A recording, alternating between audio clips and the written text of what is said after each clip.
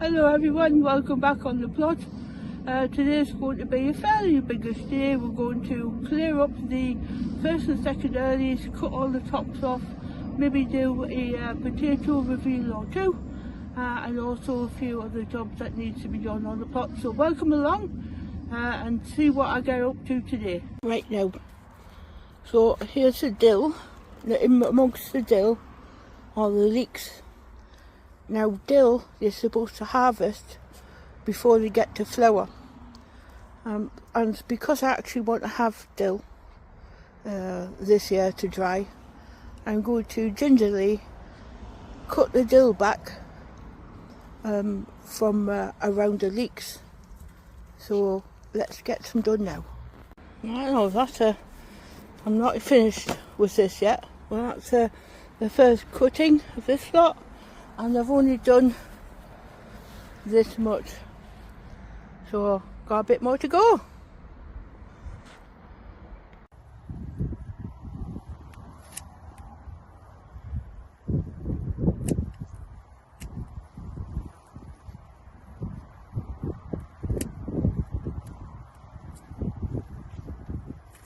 Right now, that's all the dill harvested.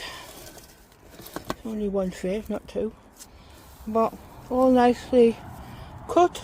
Now I have to bunch them, put some elastic bands on them, hang them up to dry, or I can also put them in the dehydrator and dry them that way, and then just put them in a jar and have it ready for the next time we have some salmon. Job's a good one. Of course, the aftermath. I think the leeks will actually appreciate the dill being cut back a bit as well. Just give them a little bit more light. Although the dill was doing an excellent job of keeping the soil moist, but yeah, the dill was going to get much bigger. But the whole idea is to catch the dill before it flowers. So anyway, we've got some dill in. Well, righty ho.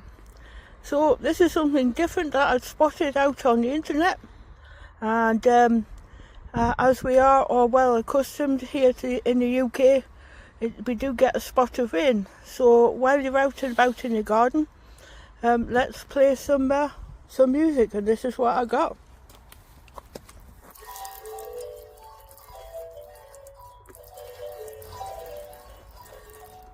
So the idea is, when it rains, it plays a tune. I tell you what, just show the bot on the camera so that we know that where the sprinkling is coming from. There, look. So I'm going to put this in the garden and let nature play tunes. So this is something I planted a couple of months back. I thought originally I put in beetroot, but it wasn't. It was perpetual spinach. And the thing about perpetual spinach is it doesn't like the heat. This is why I put it in the shade of this greenhouse. But still, we've had a couple of days of belting hot weather. So as you see, they're starting to bolt. So there's either two things you can do. You can either rip the whole lot out and start again, or you can cut the tops off and prep it and freeze it, and then it'll make it regroup and come back up again. So this is what I'm going to do now. I'm going to cut the tops off and tell it that it's not time for it to go to seed. So let's get cracking. Right, that's the majority of the perpetual spinach now cut down. All I need to do is go through it and take all the duff leaves out, and then what you do is you give it a good wash and top it up a bit, just a little bit, and then put it in the saucepan which had onion and garlic in it, frying with some olive oil. Then you add the spinach and render it down, yeah, and then get your Yorkshire pudding tins and then plop them into each individual cell, and then freeze them like that. And that means you can, once they're frozen, you can put them in a bag and bring out your spinach by the portion. That's what I do.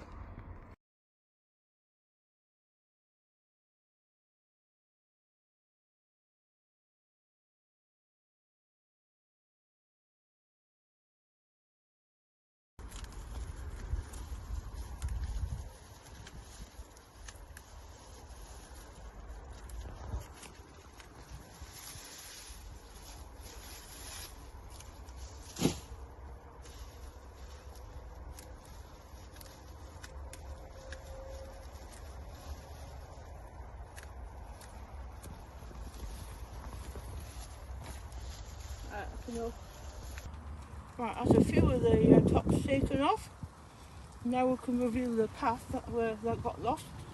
And also, this was an experiment my other half had. It was a chug. So what we decided, or what he decided, was is to fill it with bark and see if we could grow some potatoes in pure bark. So we'll do a potato reveal in a moment. Okay, now what we have here is variety First Early Home Guard, Richard's, no, not wrong. Okay, right, this is my other half's experiment. We have 4th of April, First Early Home Guard, and this was going in a trug. How many seed potatoes went in there? Can't remember. And what else was it? Going on wood chip, in wood chip. So let's see what we get out of this.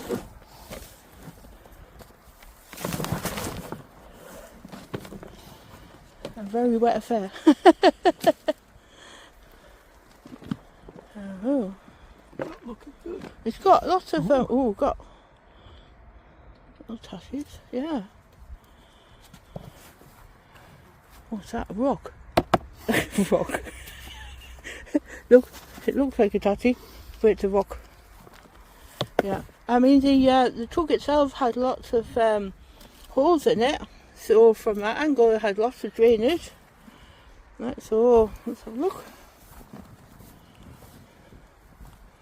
The question is whether Home Guard likes to go in wood chip or chippings, or bark chippings. There's a lot of duff ones there, or seed potatoes. It's worth an experiment, oh definitely.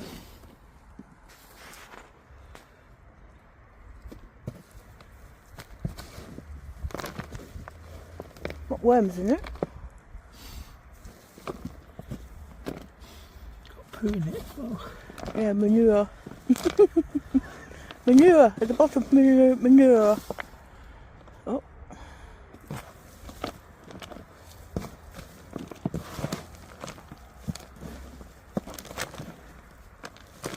Yeah. Little stuff. Yeah. All right. I'll bring you back in a moment. Right, that was the result of a chug's worth of potatoes. So, yeah, put that one down to experience. And if you don't try things, like Terry King says, if you don't try things, you will never learn. So, anyway, so we're going to do another pot of something. Aha, he says. Aha, what we have is again a Home Guard, a 30 litre bucket in manure at the bottom and topped up with soil. Yeah, so let's see what this one brings.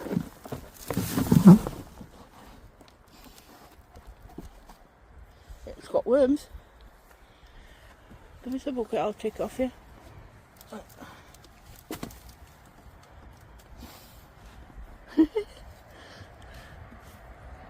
We emptied that of it, yeah.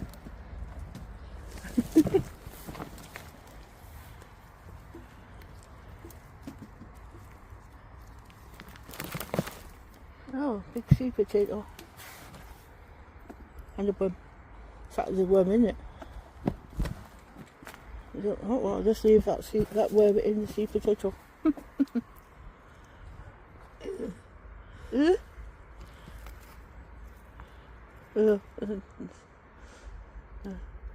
A snotty, snotty sweet potato. Yeah.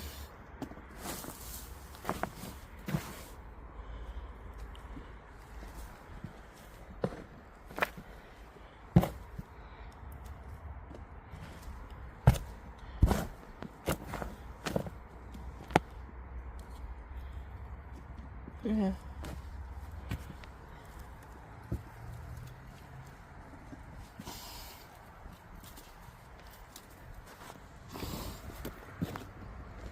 There's worms in it.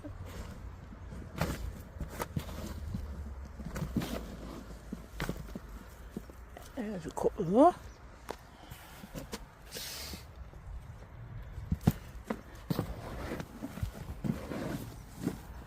Alright, you get these a wash. What? Looking quite good, really. Nice firm potato.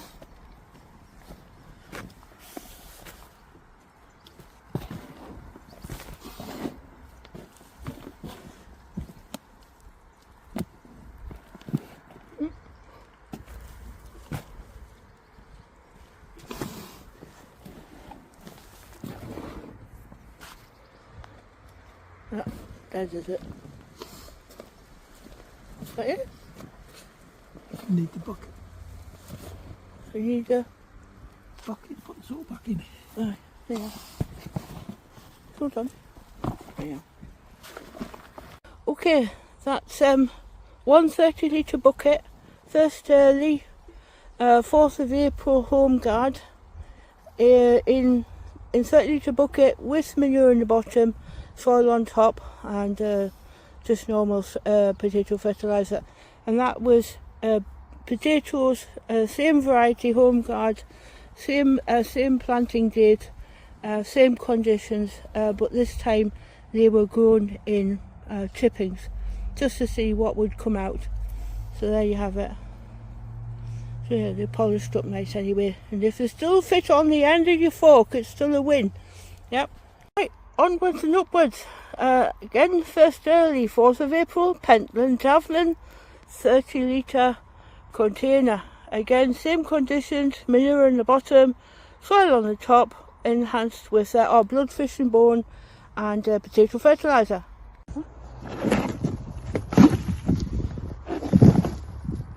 That one, just jammed in. It's got pink eyes. Pink eyes. Right, I'll put that in there. So, message to Nick the gardener. Nick, you suggested me putting sinking your pots in a bit of soil, and this is what I did. And because I've done that, what you told me to do, the moisture level is far better than what it was last year, and also up to now, should I say up to now, I haven't had any ants. I have some in some potato pots in the other garden which are not in the soil, which I can actually see some ants, ants sand, whatever. But anyway, enough prattling on, let's get cracking. Now that was a strange one. This eye, this one, wherever it went, and pink, wherever that come from, whatever variety that is, but it's certainly not this variety. That's the in the ground. I know what it is. It was I forgot the name of it. Anyway, I'll put it over there. So anyway, I'm on with the show. Oh, that's a bit snotty. Oh, lovely, lovely. Never mind.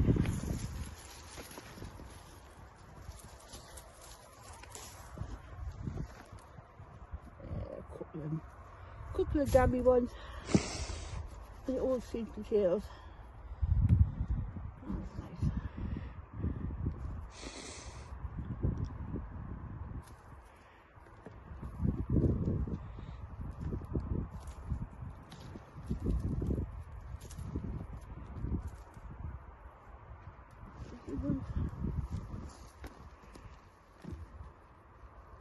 Ugh, that's snotty. Ugh, ugh, ugh. Let's have a look.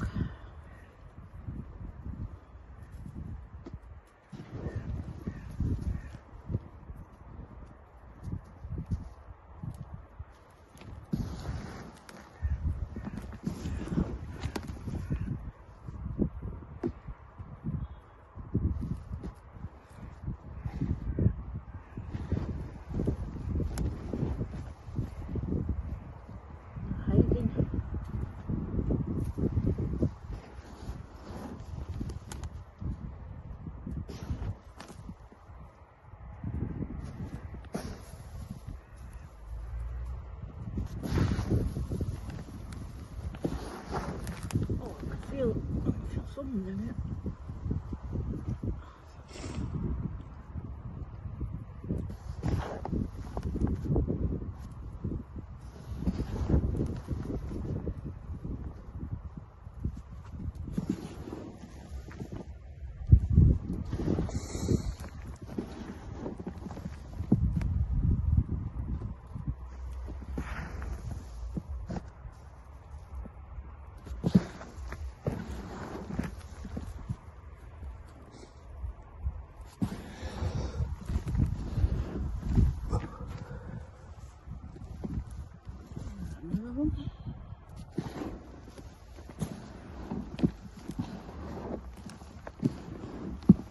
This one here.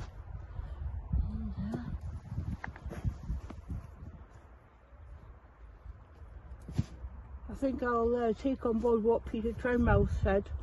Peter Trenmouth, the award winner of the Master of Potato Growers,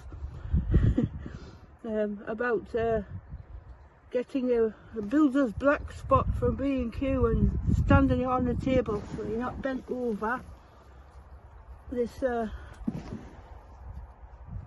what do you call it, wheelbarrow doing your backing.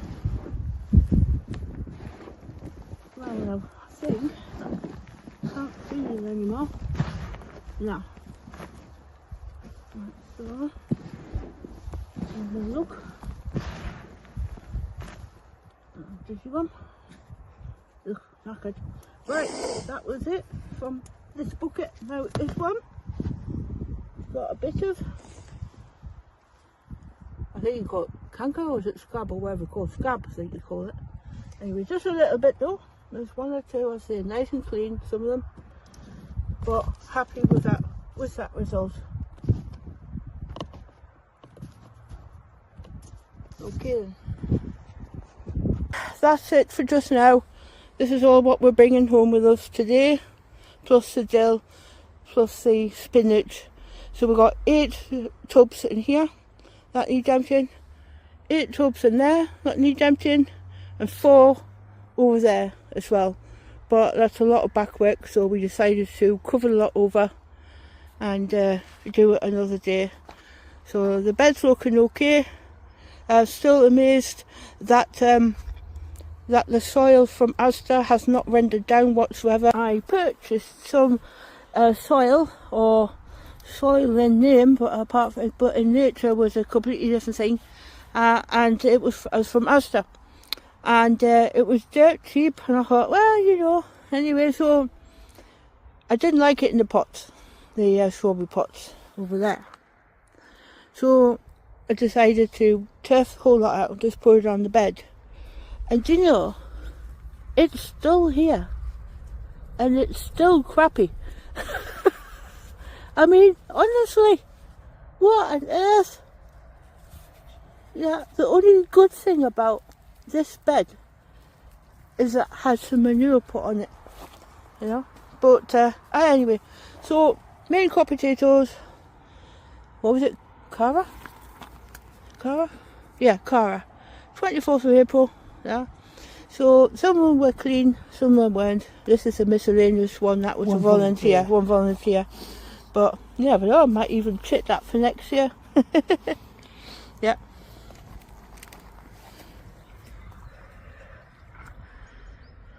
Right now, that'll be it for today. Enough frivolities, enough hours spent in the garden. I think it's time to go home and have a cup of tea. Anyway, thanks for watching. I'll catch you in the next video. Bye for now.